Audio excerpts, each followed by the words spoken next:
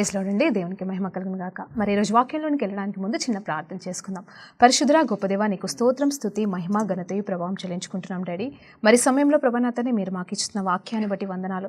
మరి అర్ధగంట సమయం పాటు ప్రభా ఏ రీతిగా మీరు మాతో నేర్పించబోతున్నారో, మరి ముఖ్యంగా అభిషేకం గురించిన కొన్ని సత్యాలు, మరి పాత నిబంధనలో అభిషేకించబడిన వ్యక్తి, అలాగే నూతన నిబంధనలో అభిషేకించబడిన ఇంకొక వ్యక్తి గురించి మేము ధ్యానిస్తుండగా నీ సర్వ సత్యంలోకి మమ్మల్ని నడిపించి నిజమైన ఆత్మాభిషేకం కలిగిన బిడ్డలుగా మమ్మల్ని నడిపించమని యేసయ్య నామములో ఈ ప్రార్థనంతే అడిగి వేడుకుంటూ పొందుకుంటున్నాం తండ్రి, ఆమేన్. ప్రైజ్ లార్డ్ అండి. దేవునికి మహిమ కలుగును గాక. మరి ఈరోజు మరి వాక్యంలోకి వెళ్ళేటప్పుడు ఒక చిన్న ప్రార్థన చేశాను కదండి. మరి ఆ ప్రార్థనలో మాత్రం అభిషేకం గురించి అన్నాను, అలాగే నూతన నిబంధనలో ఒక వ్యక్తి గురించి, పాత నిబంధనలో ఒక వ్యక్తి గురించి అని చెప్తున్నాను. మీరు అనుకోండొచ్చు మరి ఈ ఇద్దరు వ్యక్తులు ఎవరు అనేది ఆలోచన చేస్తే అదే అండి ఈరోజు మనకి దేవుడిస్తున్న వాక్యాంశము. అది ఏంటి అంటే మరి టైటిలింగ్ అయితే మరి మీ ఇష్టం మీద దాన్ని ఏ రీతిగా అనుకుంటారో నాకు తెలియదు, కానీ మరి నజరే చేయబడిన వ్యక్తులు ఇద్దరు కూడా, నాజరీ చేయబడిన వ్యక్తులు ఇద్దరు కూడా దేవుని చేత అభిషేకించబడిన వ్యక్తులు. ఒకరు మరి పాత నిబంధన నుండి వస్తే మరి ఇంకొకరు కొత్త నిబంధన వ్యక్తి. మరి మొదటిగా మరి పాత నిబంధనలో ఉన్న ఆ వ్యక్తి గురించి మనం ఆలోచన చేస్తే సంసోను గురించి నేను మాట్లాడాలనుకుంటున్నానండి. మరి అలాగే నూతన నిబంధనలో మరి ఇంకొక వ్యక్తి గురించి చూస్తే మరి యోహాను, మరి బాప్తిసం ఇచ్చిన యోహాను గురించి నేను మాట్లాడాలని ఇష్టపడుతున్నాను. మరి వీరిద్దరూ కూడా మరి తండ్రి ప్రత్యేకమైన రీతిగా మరి దేవుని చేత ఎన్నుకొనబడిన వారు. అంత మాత్రమే కాదు, వారు ఎలాంటి వారు అంటే మరి అభిషేకించబడ్డము, శక్తి చేత నింపబడ్డము, అలాగే మరి తల్లి గర్భము మొదలుకొనే మరి ఆత్మ పూర్ణులై ఉన్నారటండి. హల్లెలూయా. ఇదండి ఈరోజు నేను మీతో చెప్పాలనుకుంటున్న మాట. నిజమైన ఆత్మ పూర్ణులయ్యి, అది కూడా ఎలా అంటే వాళ్ళు విశ్వాస ప్రార్థన కాదు, ఉపవాస ప్రార్థనతో పొందుకున్న అభిషేకం కాదు, కానీ దేవాది దేవుడే మరి వాళ్ళ తల్లిదండ్రులకి మరి ఇద్దరికి కూడా మరి ఇద్దరి గురించి మనం ప్రత్యేకంగా ధ్యానించినప్పుడు మరి సంసోను గురించి అయితే న్యాయాధిపతులు మరి 13వ అధ్యాయంలో మొట్టమొదటి వచనం నుండి మరి చివరి వరకు చూసినప్పుడు ఏ రీతిగా మరి ఆయన అభిషేకించబడ్డాడు, ఏ రీతిగా తన తల్లి గర్భంలోనికి వచ్చాడు, మరి ఏ రీతిగా మరి దూత వచ్చి మరి ఆ తల్లితోనూ ఆ తండ్రితోని మాట్లాడారనే అంశాలన్నీ కూడా అక్కడ క్లియర్గా రాయబడి ఉంటాయండి. ఆ తర్వాత చూస్తే మరి అలాగే లూకాసు వార్త మరి 1వ అధ్యాయంలో మనం పూర్తిగా ధ్యానించినప్పుడు అక్కడ కూడా మరి యోహాను, మరి బాప్తిసం ఇచ్చి యోహాను పుట్టుక గురించి కూడా క్లియర్గా రాయబడింది. అక్కడ కూడా మరి తల్లిదండ్రులకి దర్శనమిచ్చి, అది కూడా ఒక ఏంజిల్ వచ్చి మరి దూత వచ్చి ఇదిగో నీ భార్య ఇదిగో గర్భవతిగా ఉండబోతుంది, మరి తను ఎలా అంటే మరి తన ఆ బిడ్డ ఎలా ఉంటారు అంటే మరి గర్భంలో పడిన మొదటిలే మరి అభిషేకముతో నింపబడిన వారుగా ఉంటారు అని చెప్తూ ఇద్దరితో కూడా మరి ప్రత్యేకమైన ఎన్కౌంటర్స్ అండి. మరి వీరిద్దరి గురించి నేను ధ్యానించినప్పుడు మరి నాకు కొన్ని సత్యాలు దేవుడు బోధించాడు. అవే ఈరోజు మనం నేర్చుకోవాలని ఇష్టపడుతున్నాం. అవును, ఈరోజు నువ్వు క్రైస్తవుడు అయితే నువ్వు కూడా అభిషేక్తుడివే. అవును, ఒకవేళ నువ్వు యేసు ప్రభుని నీ సొంత రక్షకునిగా నీ హృదయంలోకి నువ్వు అంగీకరించి ఉంటే, అంగీకరించిన దానివైతే నువ్వు కూడా మరి దేవుని చేత ప్రత్యేకంగా ఎన్నుకోబడ్డం మాత్రమే కాదు, అభిషేకించబడిన కుమార్తెవి, కుమారుడిగా నువ్వు ఉన్నావు. మరి వీరిద్దరి జీవితంలో జరిగినది, మన జీవితంలో ఏమి జరుగుతున్నది అనేది ధ్యానించుకుంటూ వెళ్తే మరి ఇద్దరు విషయాలు నేను ఇలా మరి ఒకవేళ మనం సపరేట్ చేసి అంటే సపరేట్గా ఒక టేబుల్లో వేసి మనం ఒకవేళ నా దగ్గర ఇప్పుడు బోర్డు ఉంటే నేను ఖచ్చితంగా క్లియర్గా పాయింట్ వైజ్గా చెప్పాలని ఇష్టపడేదానండి. కానీ మనకు ఆ సదుపాయం లేదు కాబట్టి మరి కేవలం ఒక క్లుప్తంగా కొన్ని పాయింట్ వైజ్గా మరి వీళ్ళిద్దరు ఏ రీతిగా పిలువబడ్డారు, ఏ రీతిగా అభిషేకించబడ్డారు, ఏ రీతిగా ప్రత్యేకించబడ్డారు, వాళ్ళ పిలుపు ఏంటి, దానికి కారణం ఏంటి అనేది ఒక్కొక్కటి పాయింట్ వైజ్గా మనం ఈరోజు నేర్చుకుందామండి. హల్లెలూయా. మరి నేను మీకు నిజంగా బైబిల్ అనేది ఉంటే, మరి బైబిల్ మీ చేతిలో ఉంటే ఖచ్చితంగా మరి రెండు కూడా మీరు ధ్యానించండి. మరి న్యాయాధిపతులు 13వ అధ్యాయము, అలాగనే లూకాసు వార్త 1వ అధ్యాయము, రెండింటిని మరి ప్యారలల్గా ధ్యానించుకుంటూ వెళ్దామండి. హల్లెలూయా. దేవునికి మహిమ కలుగును గాక. మరి సంసోను గారితో మరి సంసోను మరి తల్లి గర్భంలో రాకముందు ఎవరు విజిట్ చేశారంటే ఒక దూత విజిట్ చేశాడు. మనం ముందుగా మాట్లాడుకున్నట్టుగా మరి ఆ దూత ఎవరి దగ్గరికి వచ్చాడు అనేది చూస్తే మాత్రం మరి ఎవరిని విజిట్ చేశాడంటే తల్లిని విజిట్ చేశాడంటే. హల్లెలూయా. మరి తల్లిని విజిట్ చేసి మరి మనోహ అనే తన భార్యని మరి విజిట్ చేసి, ఇదిగో నువ్వు మరి ఎట్టి పరిస్థితుల్లో, హల్లెలూయా, ఎట్టి పరిస్థితుల్లో కూడా మరి అపవిత్రమైనది తాకకూడదు, మరి మత్తు పదార్థాలు నువ్వు తీసుకోకూడదు, నువ్వు తినకూడదు, మరి నిన్ను నువ్వు ప్రత్యేకించుకోవాలి, ఎందుకంటే నువ్వు తొందరగా గర్భం ధరించబోతున్నావు, మరి ఆ గర్భంలో పుట్టబోతున్న బిడ్డ నా కోసము మరి గర్భంలో పడిన మొదలుకొని ఆ క్షణం మొదలుకొని మరి తన జీవితాంతం వరకు నా కోసము ప్రత్యేకించబడిన నాజిర్గా ఉంటాడు, కాబట్టి ఆ బిడ్డ నిమిత్తం నువ్వు కొన్ని జాగ్రత్తలు వహించాలని చెప్పేసి దూత ప్రత్యక్షమై మరి ఆ తల్లితో చెప్పడం జరిగింది.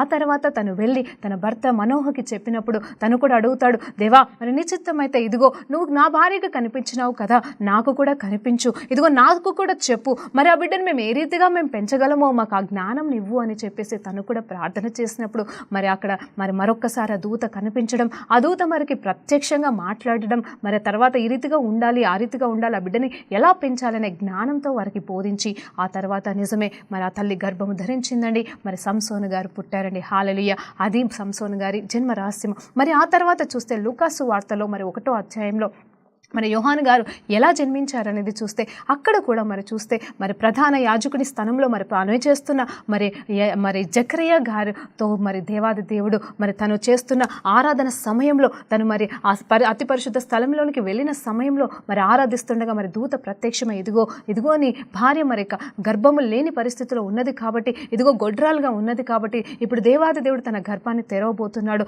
ఇదిగో తన కడుపులో ఒక బిడ్డ జన్మించబోతున్నాడు. ఎలాంటి బిడ్డ అంటే నా కోసము మార్గము సరళము చేసే కుమారుని నేను ఇవ్వబోతున్నాను. తను కూడా మరి ఎలా ఉంటాడు అంటే మరి గర్భంలో పడిన మొదలు క్షణము నుండి తను కూడా మరి అభిషక్తుడై ఉంటాడు, మరి దేవుని ఆత్మ తన మీద ఉంటుంది అని చెప్పినప్పుడు తనైతే మరి పూర్తిగా నమ్మలేకపోయాడు. మరి దూత మరి ఒక శాపంలాగా చెప్తాడు, ఏంటంటే నువ్వు మౌనమే ఉండు కానీ, ఒక చిన్న శిక్ష, అది శాపం కాదండి, ఒక చిన్న శిక్ష, నువ్వు మౌనివై ఉందువుగాక అని చెప్పాడండి. మరి ఆ రీతిగానే మరి కొన్ని రోజుల తర్వాత మరి ఎలిజబెత్ అమ్మ మరి గర్భం ధరించడం జరిగింది. ఆ తర్వాత లూకాసు సువార్తలో మరి చూసినట్టుగానే మరి యోహాను సువార్త మరి యోహాను గారు జన్మించడం కూడా జరిగిందండి. హల్లెలూయా. దేవునికి మహిమ కలుగును కాక. మరి ఇద్దరి జన్మ రహస్యము కూడా మరి దేవాది దేవుడు ప్రత్యేకమైన రీతిగా ప్రత్యేకమైన దర్శనపూర్వకంగా మరి అక్కడ మరి ఆ తర్వాత మరి జకరియకి చెప్పి ఉన్నాడు. ఎలా అంటే మరి ఇక్కడ ఏం చెప్తున్నా అంటే, ఇక్కడైతే మరి మా సంసాన్ విషయంలో అయితే తల్లిని మత్తు పదార్థాలు తీసుకోకుండా మరి పవిత్రంగా జీవించమని అక్కడ తల్లితో చెప్తున్నాడు.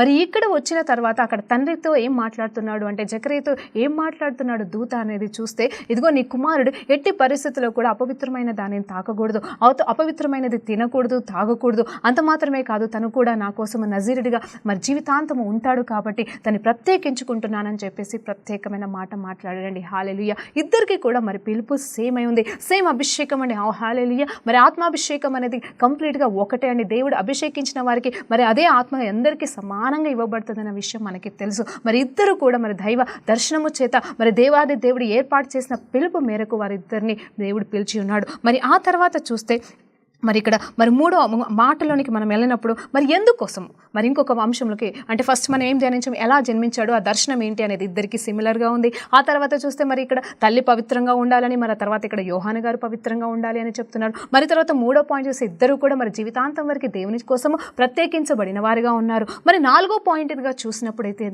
మరి ఎందుకోసం సంసోను గారిని దేవాది దేవుడు ఏర్పాటు చేసుకున్నాడు. హల్లెలూయా. ఇక్కడ ఒక నిమిషం ఆగితే మరి అక్కడ ఏమంటుందంటే, మరి సంసోను గారిని దేవాది దేవుడు ఎన్నుకున్న సిచ్యువేషన్ ఏంటి అంటే, మరి అక్కడ న్యాయాధిపతిగా ఎన్నుకున్నాడు మొట్టమొదటిగా.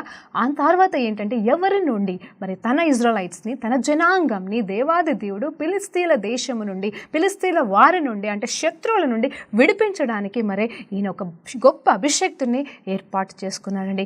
అతనే సంసోను. హల్లెలూయా. ఎందుకోసము అంటే మరి అప్పటికే ఎన్నో రకాలుగా మరి ఇజ్రాయెలైట్స్ ఎన్నో రకాలుగా శత్రువుల చేత హింసించబడుతున్నారు, నశించబడుతున్నారు. మరి వారికి విడుదల లేకుండా పోయింది, వారికి స్వతంత్రం లేకుండా పోతుంది. కానీ ఇక్కడ దేవాది దేవుడు న్యాయాధిపతుల ద్వారా అంటే వారిని ఏర్పాటు చేసి ఒక్కొక్కసారి కొంతమందిని విడిపిస్తున్నాడు. మరి మొదటగా చూస్తే ధోబేరా గురించి మనం మాట్లాడుకోవచ్చు. అలాగే మరి ఇక్కడ చూస్తే మరి ఇక్కడ ఈ వ్యక్తిని దేవాది దేవుడు ప్రత్యేకంగా ఎన్నుకున్నాడు. ఎందుకంటే దీని ద్వారా ఫిలిస్తీన్ల నుండి మరి ఇజ్రాయెలైట్స్ని మరి సంపూర్ణంగా అంటే ఆ యూదులని సంపూర్ణంగా విడిపించాలని ఒక గొప్ప ప్రణాళిక కలిగి దేవాది దేవుడు పిలిచాడండి. మరి అలాగే యోహాను గారిని చూస్తే అక్కడ ఉన్నది ఏంటి అంటే, యోహాను గారిని ఎందుకు అనేది చూస్తే అది మరి నూతన నిబంధన అండి. అక్కడ చూస్తే మరి దేవాది దేవుని కోసము మార్గము సరళం చేయుట కొరకు అంట. హల్లెలూయా. మరి ఎలాంటి మార్గము సరళం చేస్తున్నాడు? మరి శక్తి చేత నింపబడ్డా కాదు, కానీ ఆత్మ చేత నింపబడి ఏం చెప్తున్నాడంటే, ఇదిగో వాళ్ళందరికీ ఏం చెప్తున్నాడు, అక్కడ తన చుట్టూ ఉన్న వారందరికీ ఇదిగో యేసు రాబోతున్నాడు కాబట్టి, ఇదిగో రాకడ వస్తుంది, ఆయన వస్తున్నాడు కాబట్టి మీరు రిపెంట్ అవ్వండి, మీరు పశ్చాత్తాప పొందుకొని మరి బాప్తిజం పొందుకొని నూతన మనసుతో నూతనమైన జీవితాన్ని జీవించమని చెప్పి చెప్పేసి గద్దించే ఆత్మని, శక్తిని మరి యోహాను గారికి దేవాది దేవుడు ఇచ్చాడు. మరి ఇక్కడ ఏంటంటే వాళ్ళని రిపెంటెన్స్లోనికి నడిపించడం మాత్రమే కాదు, దేవుని వైపు సంపూర్ణంగా తిప్పడానికి ఎవరినండి? ఇజ్రాయిల్స్నే, మళ్ళీ యూదులనే. మరి దేవుని నుండి దూరమైన వాళ్ళు మరి సాంప్రదాయబద్ధంగా దీవిస్తున్నారేమో కానీ దేవునికి దగ్గరగా జీవించలేకపోతున్న తన బిడ్డలని, తన జనాంగాన్ని మరి దేవుని వైపు ఆకర్షించడానికి, దేవుని వైపు తిప్పడానికి యోహాను గారిని ప్రత్యేకంగా ఎన్నుకున్నాడండి, అభిషేకించాడండి. హల్లెలూయా, దేవునికి మహిమ కలుగును గాక. మరి ఆ తర్వాత చూస్తే మరి ఇక్కడ మరి ఇద్దరి విషయంలో కూడా మరి పిలుపులు సేమ్ ఉన్నాయండి. మరి ఏ తరానికి తగినట్టుగా ఆ తరానికి ఉందండి. ఇద్దరి విషయంలో ఇటు పాత నిబంధనల సంస్థాన కావచ్చు, మరి నూతన నిబంధనలో యోహాను గారినే చూడొచ్చు. మరి ఒక్కటి జ్ఞాపకం చేసుకోండి, ఇద్దరి మీద కూడా సేమ్ అభిషేకము, దేవుని చేత నింపబడిన అభిషేకమే ఉంది. మరి పుట్టినది మొదలుకొని అభిషేకించబడిన వారుగా ఉన్నారు. మరి సంసోని జీవితంలోకి వెళ్ళి మనం కొన్ని అంశాలు చూసినప్పుడు అతనంట ఒక్కసారి ఆత్మచేత నింపబడిన వాడై మరి ఆ పులి చర్మాన్ని కూడా మొత్తం చీల్చేశాడంట. కేవలం తన చేతిలోకి వచ్చిన ఆ ఫిజికల్ శక్తి చేత, అంటే అంత బలవంతుడిగా మరి దేవుని ఆత్మ వచ్చినప్పుడు మారాడటండి. అంత మాత్రమే కాదు, మరి ఒకసారి ఒక సంఘటనలో చూస్తే, అవన్నీ నేను ఎక్స్ప్లెయిన్ చేయట్లేదు ఎందుకంటే మన సమయం తక్కువ, అదంతా మీకు తెలుసు, లేదంటే మీరు చదవండి. మరి న్యాయాధిపతులు 13, 14, 15 అధ్యాయంలో చదివినప్పుడు ఒక్కొక్కసారి ఏ రీతిగా ఆత్మదేవుడు తనని ఆవరించినప్పుడు, ఆత్మచేత నింపబడినప్పుడు మరి ఎలా ఆ బలాన్ని వాడుకున్నాడనేది చూసినప్పుడు కేవలం ఫిజికల్గా వాడుకుంటున్నాడండి. అవును, మనస్సుతో కాదు కానీ, ఇదిగో మరి ఆత్మపూర్వకంగా కాదు కానీ, మరి ఆయన ఏ రీతిగా అంటే ఫిజికల్ స్ట్రెంగ్త్ని, ఆత్మచేత నింపబడిన వాడి ఆత్మ ఫిజికల్గా స్ట్రాంగ్ అయిపోయి మరి ఒకసారి మరి డాంకీ అంటే మరి గాడిద ఎముకని తీసి మరి ఎంతో మందిని చంపేసినట్టుగా, మరి వందల వేల మందిని దానితో ఫైట్ చేసి నరికేసినట్టుగా కూడా మరి బైబిల్ రికార్డ్ చేయబడుతుంది. అంత మాత్రమే కాదు, తర్వాత ఇంకో కొన్ని అంశాలకు వెళ్ళిపోతే మరి చివరి మరణ సమయంలో కూడా మరి అక్కడ 2 పిల్లర్స్ మధ్య నిలబడి, దేవా ఒక్కసారి నాకు అవకాశం ఇస్తే అని చెప్పేసి తన చేతిలో ఉన్న శక్తిని వాడుకొని, అంటే అది కూడా ఆత్మ పూర్ణుడు అవ్వడం వలనే వచ్చిన శక్తి అండి, మరి ఇంకేదో కాదు. మరి కాకపోతే అక్కడ ఏంటంటే తన బలాన్ని, మరి శారీరక బలాన్ని సమృద్ధిగా వాడుకోవడానికి దేవుడు శక్తిని ఇచ్చినప్పుడు మరి అక్కడ ఎన్నో వేల మందిని, అంటే తను అప్పటి వరకు ఎంతమంది ఫిలిష్తీయులను నాశనం చేశాడో అంతకి మరి రెట్టింతలుగా ఒకే రోజు ఒకే దినమున అతని మరణంతో పాటుగా మరి వేలాది మంది శత్రువులను నాశనం చేసినట్టుగా మరి సంసోను గారి గురించి రాయబడుతుందండి. అవును, ఇవన్నీ కూడా మనం ధ్యానిస్తే కేవలం ఆత్మచేత నింపబడి ఆత్మచేత బలము పొందుకున్న వాడే సంసోను గారు ఆ రీతిగా చేశారు. అదేవిధంగా మరి యోహాను గారు చూస్తే మరి యోహాను గారు ఏ పులిని చంపలేదండి. యోహాను గారు ఎవరితో యుద్ధము చేయలేదు. తనకున్నదల్లా ఒకటి ప్రత్యేకించబడ్డాడు కాబట్టి వెంటనే తన తల్లిదండ్రులు తను ఏం చేశారో తెలుసా? ఒక అడవికి పంపించినట్టుగా ఉంది. అంటే ప్రత్యేకించుకున్నాడు. నిజంగా ఆ తల్లిదండ్రులు ఎంతగా సమర్పించారు అంటే ఆ బిడ్డని అసలు లోకంతో సంబంధం లేకుండా మరి తను వేసుకునే డ్రెస్సింగ్ విషయంలోనే, తినే విషయంలోనూ సంపూర్ణమైన వ్యత్యాసంతో మరి తనని కంప్లీట్గా ఒంటరిగా ఉండి కేవలం దేవునితోనే గడిపేటట్టుగా మరి ఏకాంతము నీ దేవుడు వారి ద్వారా మరి ఏర్పాటు చేయడం జరిగింది. అంటే తల్లిదండ్రులతో ఆ బిడ్డ ఉన్నట్టుగా లేదు. కానీ మరి తను ఒక వయస్సు వచ్చేసరికి మరి నేను అనుకుంటున్నాను, బైబిల్లో అయితే లేదు కానీ నేను అనుకుంటున్నాను మరి పాత నిబంధన లా ప్రకారంగా 30 సంవత్సరాలు వచ్చేంత వరకు మరి వాళ్ళు ఏ విధులు సరిగా చేయకూడదని, మరి ముఖ్యంగా దేవునికి సంబంధించిన విధులు, పరిశుద్ధాత్మ దేవుని విధులు చేయాలన్నా, మరి ఏ పనులు చేయాలన్నా మరి లా ప్రకారంగా చూస్తే 30 సంవత్సరాలు రావాలటండి. హల్లెలూయా. అందుకోసమే నేను అనుకుంటున్నాను ఆ 30 సంవత్సరాల వరకు తను కేవలం మరి అరణ్యంలో మరి ఒంటరిగా ఉంటూ దేవుని సన్నిధిలో కనిపెడుతూ మరి తన సమయం కోసం చూస్తూ మరి పవిత్రంగా, పరిశుద్ధంగా, మరి అపవిత్రమైనది మరి మత్తు పదార్థాలు అట్లాంటివి కూడా ఏమీ తినకుండా తాగకుండా నిలబడ్డాడటండి. హల్లెలూయా. అది నిజమైన సంపూర్ణ జీవితం, సంపూర్ణ సమర్పణ జీవితం కలిగి ఆ బిడ్డ ఉన్నాడండి. ఆ తర్వాత చూస్తే ఎప్పుడైతే 30 సంవత్సరాలు, ఇది కేవలం నేను అనుకుంటున్నానండి, బైబిల్లో రాయబడలేదు, అది తప్పైతే నన్ను క్షమించండి, కానీ నేను అనుకుంటున్నాను మరి ఎప్పుడైతే మరి తన సమయం వచ్చిందో, హల్లెలూయా, ఎప్పుడైతే ఇదిగో యేసు ప్రభు వస్తున్నాడనే సువార్త చెప్పాలి, ఇదిగో అందరినీ పాప విమోచన అంటే పాప విముక్తులను చేయాలి, ఇదిగో మీ తప్పులను ఒప్పింప చేసడానికి రిపెంటెన్స్ బాప్టిజం ఏ రీతిగా ఇవ్వాలి అనే సమయం వచ్చిందో వెంటనే ఆయన బయటకు వచ్చి మరి అందరినీ పిలుస్తూ, అందరినీ గద్దిస్తూ, అందరితో మాట్లాడుతూ, హల్లెలూయా, నిజమే, ఆయన దేవుని సన్నిధిలో గడిపిన ఆ ఒంటరి సమయం అంతా తను నోరు తెరిచి మాట్లాడితే చాలండి, అందరు ఎలా ఒప్పుకుంటున్నారు తెలుసా? హల్లెలూయా, ఇది నిజమని. అవునండి, మనం ఎంతో మందికి ఎన్నో రకాలుగా చెప్తాం, అసలు అది నిజమైన ఎవరు నమ్మరు. కొన్ని అంటే కేవలం సువార్త విషయంలోనే కాదు, కొన్ని విషయాలు నువ్వేంటి నాకు చెప్పేదని తోసేస్తారు. అది ఎంత మనం సత్యం చెప్పినా వాళ్ళు వినరు, అది సత్యమైన ఏంటి వీళ్ళు చెప్పేది అన్నట్టుగా తోసిపడేస్తారు. అది మనకు అనుభవంలో ఉంది. కానీ ఇక్కడ ఈయన ఆత్మపూర్ణుడై మాట్లాడుతున్న ప్రతి మాటని, ప్రతి సత్యాన్ని వాళ్ళు తృణీకరించకుండా, నిజమే, అసలు వాళ్ళు చూడట్లేదు, వాళ్ళకి అర్థం కావట్లేదు. కానీ రాబోతున్నాడు రక్షకుడు, మీరు మారు మనసు పొందుకొని బాప్తిజం తీసుకోండి అని చెప్పేసి ఆ రిపెంటెన్స్ బాప్తిజం ఇస్తుంటే వాళ్ళు వారి మనసులు మారుతూ నూతనీకరించబడుతూ వచ్చి మరి యోహాను దగ్గర బాప్తిజం తీసుకుంటున్నారండి. ఇది పరిపూర్ణమైన అభిషేకంలో ఉన్న కార్యాలు మరి యోహాను ద్వారా దేవాది దేవుడు జరిపిస్తున్నాడు. అక్కడ సంసోను ద్వారా అయితే శత్రువుల నుండి విడిపించాడు. ఇక్కడ చూస్తే మరి యోహాను ద్వారా కూడా మరి దేవాది దేవుడు మరి అక్కడ పాపులను విడిపిస్తున్నాడు, దేవుని వైపు తిప్పిస్తున్నాడు అండి. మరి రెండు కూడా మంచి కార్యాలే. కానీ నేను ఇక్కడ ఇంకొక కొన్ని నెగిటివ్స్ చెప్పాలనుకుంటున్నాను. యోహాను గారి విషయంలో అయితే అసలు నెగిటివ్స్ లేవండి, అవి నేను చెప్పడానికి కూడా లేవు. కానీ సంసోను గారి గురించి విషయంలో చూస్తే ఇదే అండి నేను ఈ ముగింపులోకి వస్తుండగా మరి చెప్పాలనుకున్నది. మరి ఇద్దరు కూడా అభిషేకించబడిన వారే మనకి తెలిసినట్టుగా మరి సంసోను జీవితంలో ఏం జరిగింది, తినైతే ప్రత్యేకించుకున్నాడు. మరి ఇక్కడ మరి సంసోను గారి జీవితం ఎలా ఉన్నది అంటే తనకున్న శక్తిని బట్టి, తనకున్న ధైర్యాన్ని బట్టి, తనకున్న ఆత్మాభిషేకాన్ని బట్టి తల్లిదండ్రులు మరి తన్ను కూడా నడిపించాలి. తన్ను కూడా ఇదిగో బిడ్డ నువ్వు ప్రత్యేకించబడ్డావు కాబట్టి ఇదిగో నువ్వు ఏ రీతిగా ఉండాలి అనేది నేర్పించాలి. కానీ వారు నేర్పించినట్టుగా నాకు అనిపించలేదు. ఎందుకంటున్నానంటే వారు భయపడినట్టుగా మరి వారు కుమారుడికి భయపడ్డారు. తనలో ఉన్న అభిషేకానికి భయపడ్డారా, తనలో ఉన్న శక్తికి భయపడ్డారా నాకు తెలియదు. కానీ ఒకసారి మరి ఇదిగో నేను పలానా అమ్మాయిని చూశాను, ఎవరినండి, శత్రువుల సంబంధించిన అమ్మాయిని చూశాను, ఆ అమ్మాయి నేను పెళ్లి చేసుకుంటాను అంటే వాళ్ళు కనీసం ఆపలేకపోయారు. అడిగారు ప్రేమతో అడిగారు, బాబు ఇది కాదు, ఆ అమ్మాయిని ఎందుకు చేసుకుంటావు, నువ్వు కావాలంటే మన రాజ్యంలోకి వెళ్ళి మన బిడ్డల్ని చేసుకోలేవా అని అడుగుతున్నారే. కానీ దానికి వ్యతిరేకంగా వాళ్ళు పని చేయలేకపోయారు.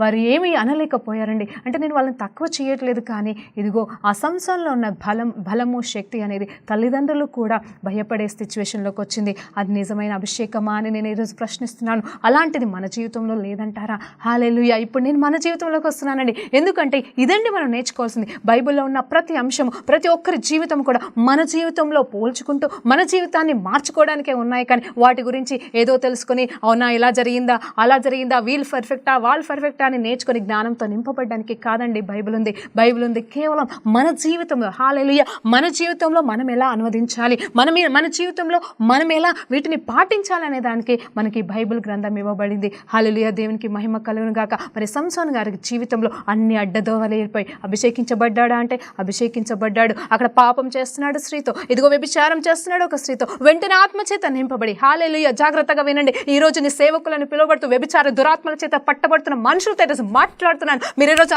ఆ దురాత్మ నుండి బయటకు రావాలని దేవుని నామంలో మిమ్మల్ని వేడుకుంటున్నాను. ఎందుకంటే ఇదిగో సంసోను కూడా తన జీవితంలో అభిషేకం చేత నింపబడ్డాడు, ఎంతో శక్తి చేత నింపబడ్డాడు. కానీ ఇదిగో వ్యభిచారాత్మ చేత కూడా పట్టబడి ఎన్నో రకాల పాపాలు చేశాడు. తల్లిదండ్రులను తృణీకరిస్తున్నాడు, తల్లిదండ్రులకు చెప్పకుండానే పనులు చేసేస్తున్నాడు, తల్లిదండ్రులు ఏది వద్దన్నారో అదే చేస్తూ వెళ్ళిపోతున్నాడు. అంత మాత్రమే కాదు, తనలో ఉన్న అభిషేకాన్ని ఫిజికల్గా వాడుకుంటున్నాడే కానీ ఆత్మపూర్ణుడే మరి ఆత్మ ద్వారా నడపడానికి మాత్రం వాడుకోవట్లేదండి. మరి తనలో ఉన్నది ఏంటో నాకు అర్థం కాలేదు. కానీ అవును, అది ఎంత బలాన్ని ఇచ్చిన అభిషేకము, శారీరక బలాన్ని ఇచ్చిన అదే అభిషేకము మరి ఎందుకండి తన్ని పాపంలోకి నడిపించింది అనేది ఆలోచిస్తే అభిషేకంలో లోపముందా? కాదండి. ఆ మనిషిలో ఉన్న ద్వేమనస్సు. హల్లెలూయా. ఆ మనసులో ఉన్న పాపము. హల్లెలూయా. ఇదిగో ఈరోజు దేవాది దేవుడు నాకు ఒక సిస్టర్ గురించి జ్ఞాపకం చేస్తున్నాడు. అవును, నాకు తెలిసిన ఒక అక్క అండి. అవును, అక్క గురించి నేను చెప్పాలని ఇష్టపడట్లేదు, కానీ ఈరోజు పరిశుద్ధాత్మ దేవుడు చెప్పాలంటున్నాడు. తన సేవలో ఉందండి, తన భర్త కూడా సేవలో ఉన్నారు. హల్లెలూయా. ఇద్దరు కూడా సేవకులే. కానీ ఆ భర్త ఎంత గొప్పవాడు అంటే ఇటు పరిచర్యలో ఉన్నాడు, అటు వ్యభిచారము చేస్తున్నాడు. పాప మా అక్క ఎన్నోసార్లు నాకు కాల్ చేసి ఇదిగో తల్లి ఇదిరా నా పరిస్థితి, నేనేం చేయగలను. అవును, అభిషేక్తుడే, తను పరిచర్య బాగా చేస్తాడు, ఇదిగో బైబిల్ టీచర్గా వెళ్తున్నాడు అతను, మరి అంత అభిషేకంలో ఉన్న వ్యక్తి మరి ఏ రీతిగా ఈ పాపం చేయగలుగుతున్నాడో నాకు అర్థం కావట్లేదు అన్నప్పుడు నిజమే అండి. సంసోన్ జీవితం ఇక్కడ మరి మన జీవితాల్లో, మన సమయంలో, ఇదిగో మన ఈ నూతన నిబంధనల కాలంలో, మన ఈ తరంలో, ఈ 2000 సంవత్సరంలో మరి జరగట్లేదా అని చూస్తే నిజమే ఆ సేవకుడే నాకు సాదృశ్యంగా కనిపిస్తున్నాడు. ఎంత భయంకరమైన మనిషి అంటే నిజమే. నేను అనుకున్నాను, దేవా ఎందుకు దేవా ఇలాంటి పరిస్థితి వచ్చింది? అవును, సంసారం కూడా తప్పించుకోలేకపోయాడు ఆ దురాత్మల చేత అన్నప్పుడు మరి మేమెందుకు తప్పించుకోలేదు? అప్పుడైతే రక్తం లేదు, మరి ఇప్పుడు రక్తం ఉంది కదా. ఆ రక్తాన్ని బోధిస్తున్న ఈ వ్యక్తి మరి ఎలా పాపంలో పడతాడు? ఎందుకు పాపంలో పడాలి? అభిషేకం ఉండి కూడా ఎందుకు మరి పాపంలోకి వెళ్తున్నాడు అనేది చూస్తే అది కేవలము నువ్వు ఏర్పాటు చేసుకున్న జీవితం, అది నీ సొంత నిర్ణయం, అది నీ ఫ్రీ విల్ అండి. నీ ఫ్రీ విల్ని నువ్వు చంపుకోవాల్సిన బాధ్యత మనకుందని ఈరోజు దేవాది దేవుడు గద్దిస్తున్నాడు. ఎందుకంటే యోహాను బాప్తిజం ఇచ్చి యోహాను వలె నువ్వు నేను వాడబడాలని దేవుడు పిలుస్తున్నాడండి. ఈరోజు ప్రత్యేకమైన పిలుపు కలిగి ఉన్నాం. ఎందుకంటే యోహాను గారు నిజమైన సంపూర్ణ ప్రణాళిక, ఆయన ఎందుకోసం పిలువబడ్డాడు, ఎందుకోసం భూమి మీదకి వచ్చాడు, ఆయన సంపూర్ణంగా ప్రణాళికను నెరవేర్చాడు. కానీ సంసోన్ గారు నెరవేర్చలేకపోయారు. ఆ చివరి సమయంలో ఒకసారి అంటున్నాడు, ఇదిగో దేవా ఒక్క ఛాన్స్ ఇవ్వు అంటున్నాడు. పశ్చాత్తాపడుతున్నాడు, కాదనట్లేదు. ఆ పశ్చాత్తాపంతో ఏమంటున్నాడంటే, ఇదిగో దేవా నేను పాపం చేశాను, నేను తప్పులు చేశాను, ఇంకెప్పటికీ నేను పాపం చేయకుండా నేను మరలా ఆ రోత జీవనానికి వెళ్ళను, నా ఆత్మాభిషేకాన్ని నేను కాపాడుకునే కృపనివ్వు, నేను మళ్ళొక్కసారి పిలుస్తాను, నాశనం చేస్తానని చెప్పేసి అడుగుంటే దేవుడు సహాయం చేసేవాడు, మార్గం తెరిచేవాడు. కానీ బంధించబడినప్పుడు, గుడ్డివాడైనప్పుడు, హల్లెలూయా, ఆత్మీయ గుడ్డితనమే మాత్రమే కాదండి, శారీరకమైన గుడ్డితనంతో బాధపడుతున్న ఈ వ్యక్తి, ఈ బలమైన వ్యక్తి ఏమైపోయాడు తెలుసా? అసలు ఆత్మలో కూడా చచ్చిపోయాడు. కానీ దేవాది దేవుడు తను చేసిన ఆ చిన్న ప్రార్థనని కూడా మరి దేవుడు విని, ఇదిగో మరి అది కేవలం నేను అనుకుంటాను సంసోని గణపరుస్తలేడండి, కానీ దేవుడు ప్రణాళిక నెరవేర్చబడాలి. కాబట్టి హల్లెలూయా. ఎందుకంటే ఆ బిడ్డను ఎందుకు ఏర్పాటు చేసుకున్నాడు? నిజమే, ఫిలిష్తీయుల నుండి సంపూర్ణమైన విడుదల పొందుకోవడానికి, తీసుకురావడానికి మరి దేవాది దేవుడు సంసోన్ని ఎన్నుకున్నాడు. నిజం చెప్పాలంటే ఆ తర్వాత దావీదు, గొలియాతు ఈ పరిస్థితులను వచ్చే ఉండేవి కాదని సంసోన్ తనకిచ్చిన అభిషేకాన్ని తన జీవితాంతం వరకు, తనకి ఎంత ఆయుష్ కాలం ఉందో అంతవరకు నిలబడి ఉంటే, ఆ అభిషేకంలో ఫ్లో అయి ఉంటే నిజమే దావీదు గొలియాతు సందర్భం అనేది వచ్చేది కాదేమో అని నేను అనుకుంటున్నాను. అది ఏదేమైనా కానీ సంసోన్ కోల్పోయాడు. చంపేశాడండి కొంతమందిని, కానీ అది సంపూర్ణమైన ప్రణాళిక కాదు. అవును, ఏర్పరచబడిన వారు అని చెప్తాం కదండి, హల్లెలూయా. పిలువబడిన వారు అంటాం, అవును పిలువబడిన వారు అనేకులు, కానీ ఏర్పాటు చేయబడిన వారు కొందరే. అంటే ఇక్కడ సంసోన్ గారిని మరి దేవుడు ఏర్పాటు చేశాడు, పిలిచాడు, ఏర్పాటు కూడా చేశాడు, కానీ సంపూర్ణంగా నిలబెట్టుకోలేకపోయాడు. కానీ యోహాను గారు మాత్రం ఆయన ఎంతగా ప్రత్యేకించుకున్నాడంటే తన పిలుపుకు తగిన జీవితం, హల్లెలూయా, తన పిలుపుకు తగిన మాటలు, అంటే తన పిలుపుని ఎక్కడ కూడా ఏ రీతిగా కూడా మరి వ్యతిరేకించలేదండి. తన తల్లిదండ్రులు కూడా నిజమైన సపోర్ట్ చేశారు, ప్రార్థన చేశారు, ప్రత్యేకించారు బిడ్డ అని చెప్పేసి. ఇక్కడ ఈ తల్లిదండ్రులు సపోర్ట్ చేయలేకపోయారు. అవును, నేను అనుకుంటున్నాను ఇప్పుడు ఒక సిస్టర్ గురించి మీకు చెప్పాను కదండి, వాళ్ళ సేవలో ఉన్నారు.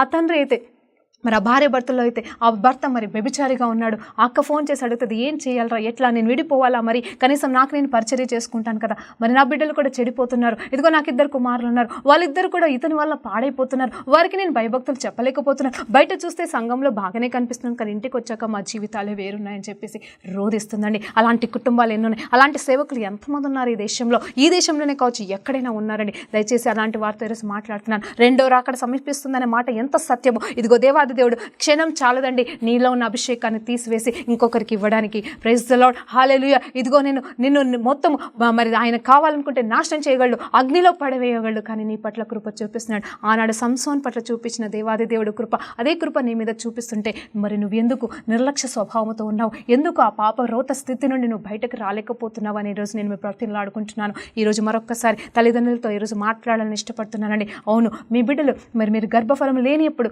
ఖచ్చితంగా ఇదిగో నాకు గర్భఫలం నువ్వు దేవా ఇస్తే ఇదిగో నా బిడ్డను నీకు సమర్పిస్తానని ప్రార్థన చేసావేమో. లేకపోతే కొంతమంది జీవితంలో అవును మనం ప్రార్థన కోసం వెళ్ళినప్పుడు ఇదిగో నీ గర్భంలో పుట్టబోతున్న బిడ్డ చిన్నప్పటి నుండి దేవుని సేవ కొరకు వాడబడతాడనే ప్రవచనాలతో నువ్వు నిలబడుతున్నావేమో. కానీ మరి ఆ తర్వాత ఏం చేస్తున్నావు? అలాంటి జీవితంలోకి నడుస్తున్నావా లేదా? అలాంటి నడిపింపు ఆ బిడ్డలకి నువ్వు ఇస్తున్నావా? లేకపోతే ఏముందులే దేవుడు చూసుకుంటాడని చెప్పేసి దేవునికి అప్పచెప్తున్నావా? నేనేమంటున్నా అంటే తప్పిపోతున్న బిడ్డల గురించి నేను మాట్లాడట్లేదు, కానీ సరిగా నడిపించలేని తల్లిదండ్రులతో నేను మాట్లాడుతున్నానండి. అవును నిజమే. మరి నేను కూడా ఎన్నోసార్లు అంటాను, అందరూ ఈ సమయంలో ఈ రెండో రాకడ సమయంలో క్రైస్తవులు అనేవాళ్ళు, సేవకులు అనేవాళ్ళు ఎంతోమందిని వారి బిడ్డల్ని సేవకు సమర్పిస్తున్నారండి. ఎంతోమంది సమర్పిస్తున్నారు. మరి పుట్టక ముందు మాత్రం ఇదిగో బిడ్డ నువ్వు గర్భఫలం ఇవ్వు, ఇదిగో గర్భఫలం ఇవ్వు, నేను వారిని నీ సేవకునిగా సమర్పిస్తానంటున్నారు. వారు పెరిగి పెద్ద అయిపోతున్నారు, జాబులు చేసుకుంటున్నారు, బాగుంటున్నారు, కానీ సేవ అనేది లేదే. కనీసం చర్చిలో సపోర్టింగ్ కూడా రానివ్వట్లేదే. మరి వాళ్ళు చూస్తే లోకంలోనే ఉన్నారే, నువ్వైతే పరిచర్య చేస్తూ ఉన్నావే. మరి ఏంటిది అని ఆలోచన చేస్తే ఇది కేవలం దేవాది దేవుడు నీ కుమారుడి పట్ల, నీ కుమార్తె పట్ల ఆయన ఆల్రెడీ ఇచ్చిన అభిషేకాన్ని నువ్వు ప్రార్థన చేసినప్పుడు నింపబడిన అభిషేకం అనేది నువ్వు వ్యర్థం చేస్తున్నావా, వారు వ్యర్థం చేస్తున్నారా అని ఈరోజు తల్లిదండ్రులకి దేవుడు నిజంగా ప్రత్యక్షమైన సవాల్ ఇస్తున్నాడండి. ఆ బిడ్డల మీద ఉన్న అభిషేకం ఇంకనూ ఉందేమో, మరి జాగ్రత్త వహించండి. ఇప్పటికైనా వారితో మాట్లాడండి, వారి కోసం కనీసం ప్రార్థన చేయండి. వారు వినట్లేదా? దేవుని దగ్గర ప్రార్థన చేసినప్పుడు దేవాది దేవుడు దూతల్ని పంపించి మరి వాళ్ళతో మాట్లాడతాడు, వారి జీవితాలని మారుస్తాడు. తలకిందులుగా మార్చడం మాత్రమే కాదు, ఇతరుల జీవితాలని దేవుని వైపు ఆకర్షించడానికి గొప్ప వెలుగుగా నువ్వు చేసిన మొదటి ప్రార్థనకి జవాబు ఖచ్చితంగా వస్తుంది. వస్తుందండి. హల్లెలూయా, దేవునికి మహిమ కలుగును గాక. మరి ఈరోజు ఇద్దరు గురించి మనం ఏ రీతిగా నేర్చుకున్నామో, మరి మన జీవితాలు కూడా ఏ రీతిగా ఉన్నాయి మరొక్కసారి చెప్తున్నాను. నువ్వు సేవకుడివైనా సేవకురాలువైనా నువ్వు ఒక క్రైస్తవుడివైతే నీలో అభిషేకం ఉందండి. అది ఎలాంటి అభిషేకం అంటే ఎలాంటి కాడినన్నా విడిచేసే అభిషేకం ఉందండి. మరి ముందుగా మరి ముఖ్యంగా మనం ఇతరుల జీవితంలోకి వెళ్ళి అవును అవకాశం రావచ్చు రాకపోవచ్చు, హల్లెలూయా, మనం ఇతరుల కోసం ప్రార్థన చేసే అవకాశం రాకపోవచ్చు, మనకి దేవుడిచ్చిన తలాంతులు ఇతరుల కోసం వాడబడడానికి రాకపోవచ్చు, కానీ కనీసం నీలో ఉన్న అభిషేకం, నీలో ఉన్న పాపాన్ని నాశనం చేయడానికి, నీలో ఉన్న పాపపు జీవితాన్ని పాడు చేయడం అంటే కాల్చి పడేయడానికన్నా నీ అభిషేకాన్ని నువ్వు వాడుకుంటున్నావా అని ఈరోజు నేను మిమ్మల్ని వేడుకుంటున్నానండి. అవును, మనకిచ్చిన తలాంతులు ముందు మన మీద మనం వాడబడితే హల్లెలూయా, అది నిజంగా దేవునికి మహిమ కదా. అప్పుడు కదా మనము నిజంగా ఆయన వెలుగులోనికి వచ్చిన వారమై ఉంటాము. చీకటి అనేది మనలో జీవించకుండా, చీకటి అనేది మనలో ఉండకుండా కేవలం ఆయన వెలుగుగా మనం ప్రకాశించబడినప్పుడు ఖచ్చితంగా ఆయన కోసం వెలుగుగాను, ఆయన కోసం ఉప్పుగా మారిన వారమైతాం. అప్పుడు ఆ వెలుగులోనికి ఇతరులని మనం ఆ వెలుగులోనికి నడిపించగలం. ఎందుకంటే దేవుడు చెప్తున్నాడు మనలోనే ఉన్నాడు, ఆయన మనలో వెలుగుగా ఉన్నాడు, ఆయన మనలో సత్యంగా ఉన్నాడు, ఆయన మనలో జీవిస్తున్నాడండి. ఈ శరీరాన్ని మరి ఏ రీతిగా మార్చాడు అంటే ఆయన ఆలయంగా మార్చుకున్నాడు. ఆయన వస్తే మన జీవితంలో నివసించడానికి, మనతో నడవడానికి ఇష్టపడుతున్నాడు, కానీ మనమే ఆయన్ని పక్కకు పెడుతున్నామండి. మన ఆయన అభిషేకాన్ని పక్కకు పెడుతున్నాం,